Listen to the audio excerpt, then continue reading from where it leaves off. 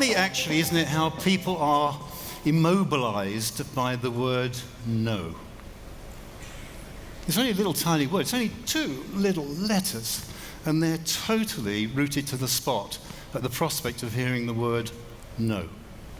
And I think part of that comes from childhood, when you're repeatedly told by parents and then by teachers and ultimately by employers what you must not do. Don't do that. No, no, no. And you hear no far more times than you hear the word yes, and eventually, like Pavlov's dogs, you become conditioned to not wanting to hear the word no. When we set off on this journey, August 1993, we hadn't got a clue what to do. Some people would say we still don't. But, we just didn't know what to do. So we said, well, businesses in general are built on disciplines, so we better impose a few disciplines on ourselves. And it was really a question of deciding between us what we could commit to by way of discipline. As Jane says, you marry the activity and divorce it from the result. So it didn't matter what the result would be, it mattered what the activity would be, because we knew, because averages always work for you, if we committed to enough activity, we would surely get the results. So we didn't know what to do, but we were in the middle of we've got 4 kids. One of us was in the middle of a divorce. I can't remember which of it was, but there was a divorce going on, and we knew there was another one coming. We weren't the root cause of those divorces, all right? But we had these 4 kids. I also was running a business that was going down the toilet, and it's interesting how you work to a crazy logic when things are failing, that somehow, if I work harder, it will put it right. And I'll let you into a secret. In conventional business, it doesn't. All you do is you finish up working yourself into the ground, which is actually what I was doing at that time. So within that framework and not knowing what the heck we were doing, what can we commit to? And it was a commit to by way of contact with people. Now remember, this is pre-Facebook. This is almost pre-internet. All right? What can we commit to and how can we do it? So we said, well, between us, I reckon we should commit to 5 contacts a day. Why 5? I don't know why 5, but we just decided. In hindsight, I wish we'd committed to more. But you can only do what you can do in the light of what you think you know. So we said 5 a day. We also had other things we had to attend to and create a life together as well. So we worked on the basis of a 5-day week. We could commit to 5 a day. So, in our first year, we actually made contact with 1,582 people. Some of those people we knew, some of those people we didn't know. When I talk about a contact, I don't mean about making a presentation to them, but making contact with them in one way, shape, or form. It could be a letter. It could be a telephone conversation. It could be, one of mine was actually with a woman with her backside on the fish counter in the supermarket. It was making contact with another human being. It's a face-to-face, eyeball-to-eyeball business. And I've always loved that because you can gauge the response of the person by what they display. Very difficult to do that down the end of a telephone or an email or anything else like that. So face-to-face, I love it. Because you can see the question in somebody's eyes while you're standing in front of them. They were initial contacts. They weren't making presentations about forever. They were actually opening up the door to having a subsequent contact. Okay? So from that 1,582, we had 502 second contacts. And this is where we explored the possibility of discussing with them what we were doing, and would they like to explore the possibility of seeing if there was something in it for them. You'll notice it's 1 in 3. That was interesting. And that put us on the path, really, to understanding that we had to keep tabs on the results of that activity. And we were so committed to the activity. I remember on one occasion, Jane and I had just gone to bed. We were having an earlier night, it was about 11:30, quarter to 12. And Jane looked at me and said, "We haven't done our 5 for today." Quarter to 12. Now, the most obvious thing is leave it till tomorrow, we'll catch up. But we didn't do that. That wasn't our way. That wasn't what we'd committed to. So I got out of bed, I got dressed, I got in the car, and I went down. Couldn't think of where to actually find somebody at that time of night.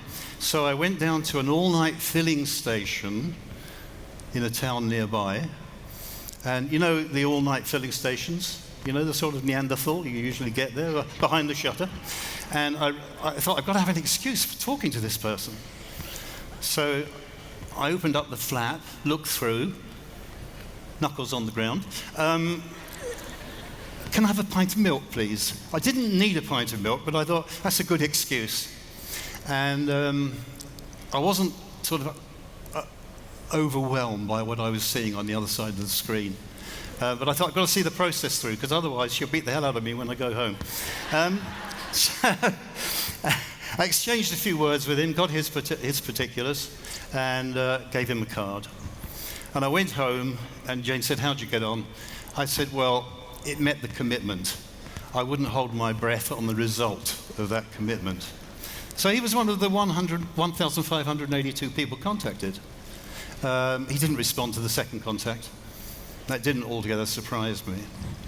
That led to 165 one-to-ones. One-to-one. A one-to-one in those days would take classically about 40 minutes. You know, we didn't have any electronic aids. We didn't have really any meaningful brochures. But we had one piece of paper we used to use a lot. It was printed in Chinese and Spanish. Really useful, you know, when you live in Milton Keynes. So we made the best of it and did the one-to-ones. In hindsight, we probably could have trimmed out a bit of the fat from the presentation. You know, we were doing what you heard earlier. We were saying too much by far, but we didn't know what to say. As a result of that, 465 led to 33 people joining the business with a box. Because we said early on, there's only one sort of person joining our business, and that's where we've got some sort of commitment out of them. And that line about "I haven't got the money" didn't cut any mustard with us, because we had to borrow the money for the box ourselves. So if we can, so can they. That led to 6 managers. Now look, you've got 1,582 coming down to 6 managers. And I'll let you into a secret, one of those was pretty crap, all right? You've got to have the numbers to produce the averages. That also taught us in the fullness of time that roughly 1 in 5 managers will be a disappointment, 3 out of 5 will be okay, and 1 in 5 has the potential to do great things. But you've got to have the numbers in place to let the numbers work for you. What happened as a result of that was some immediate income, because that was great. Because when we came into the business, we were a number of thousands in the red. You know, we needed about £900 a month to actually break even on the residual bleed on our net debt. We were adding to our debt every single month by £900. And I was already 23,000 in the hole. I'd already lost the house. Short of selling the furniture and actually putting the kids out to work, there wasn't anywhere else to go. So, let's see what that led to by way of royalty. I hope this is on the screen. It hasn't got it on the screen. Interestingly enough, the first £43,000 a year residual income from our business. Not all at once, but just that effort in 1 year led to £43,000 of residual income. Was it worth having to endure the word no to have £43,000 worth of residual income? The answer is yes. And yes, interestingly enough, is a far more powerful word than no. No has only got 2 letters. Yes has got 3. You have to go through the pain to get the gain. That's the reality. So I would encourage everybody to know your stats. When you know your stats, you know what you have to do. And it doesn't matter what other people's stats are, it's your stats. And the other thing is, the more you do, the better you get. So if you know your stats, you will see the figures gradually improving and improving and improving because you are practicing. And most people don't put enough practice into their business. You will only evolve into a red-hot networker by giving yourself the chance to evolve into a red-hot networker. Yes, your first few telephone calls are probably a total disaster, but they get better. If you just think, what did I say? What was the result? Could I do that better?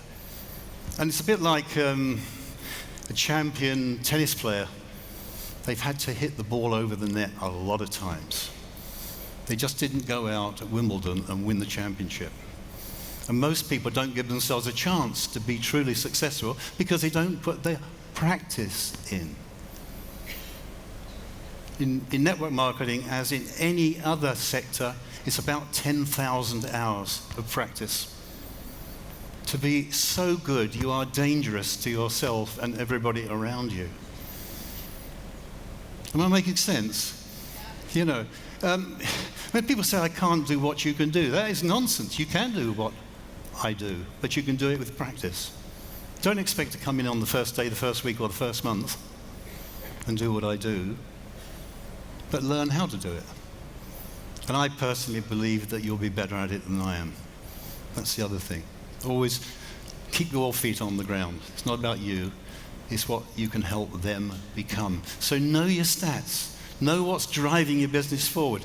If you need to produce 5 managers to go soaring, know how many people you've got to make contact with in order for that to happen. And over the years, I've listened to people. They make their goals at the beginning of the year. This year, I'm going to go Sapphire. Really, how many people are you talking to a day? Don't know. How many people do you think you've got to talk to? Don't know. What's your conversion rate? Don't know. How many of your assistant supervisors become productive? Don't know. How many of your ASs become managers? Don't know. Don't know. Don't know. And it's ringing in your ears. But they are, in some mysterious way, going to become a Sapphire manager. That's a wish list. That's not planning. That's got no constructive work behind it. Business, some of you I know are not digital. I'm ultra digital. And I found out Kino as well. So I'm one of those weird people who likes numbers and likes to hug. You just have to understand. You don't have to be that person who's the best closer in the world. You don't have to be that person who's the best person at doing a one-to-one in the world. You just have to become sort of reasonably good. But you won't do that unless you have enough practice. So know your numbers, know your stats.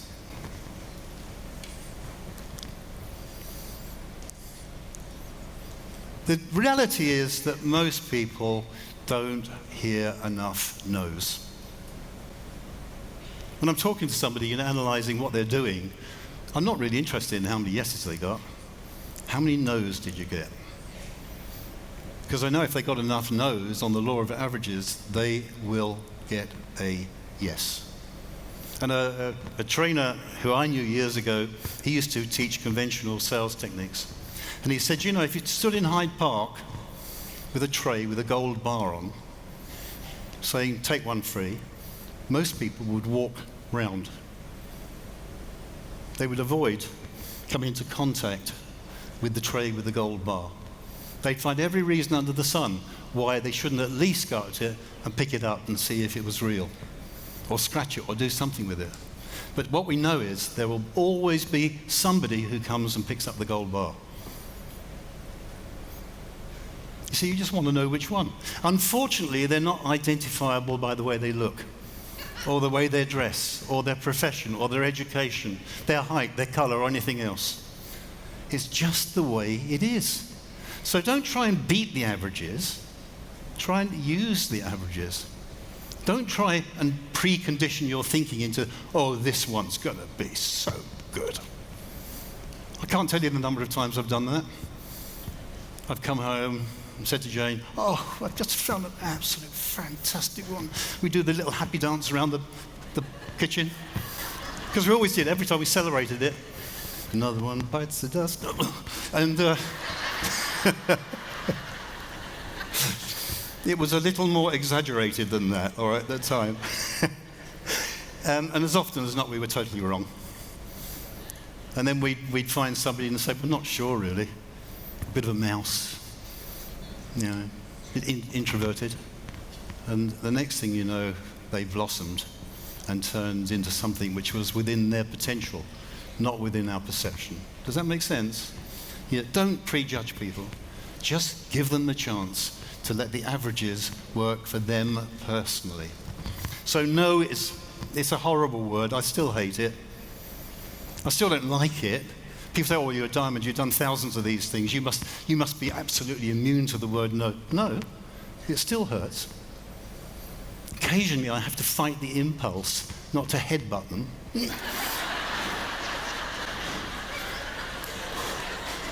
Or to say what I'm really thinking, you complete pillock. I just, you know, I have to fight it. Because it still goes on. Don't you know what I'm offering you? You're stuck in that job. No, it's not for me to decide. It's for them to decide.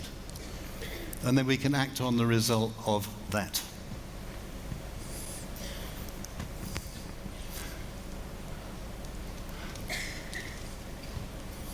So, how many no's can you get?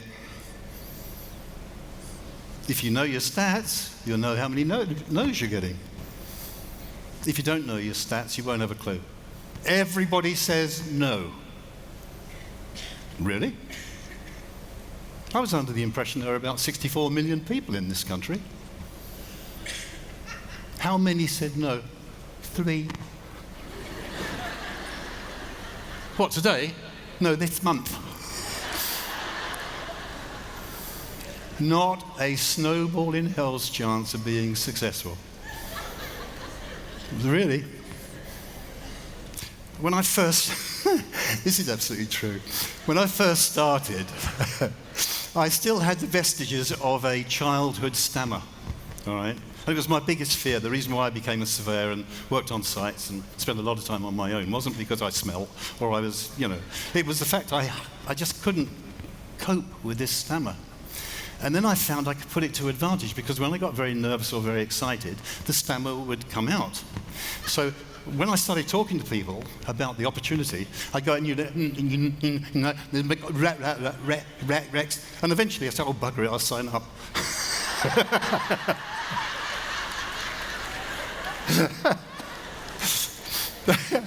You could always turn things to your advantage. All right? If you think about it in the right way and you want to do it.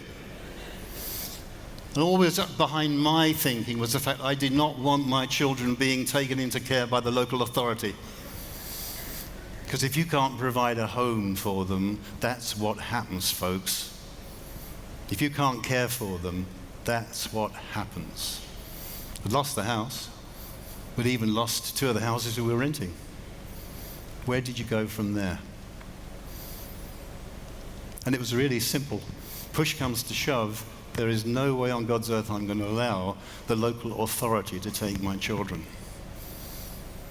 They'll have to do it over my dead body if necessary. So no wasn't that big a deal, really, was it, within the scheme of things?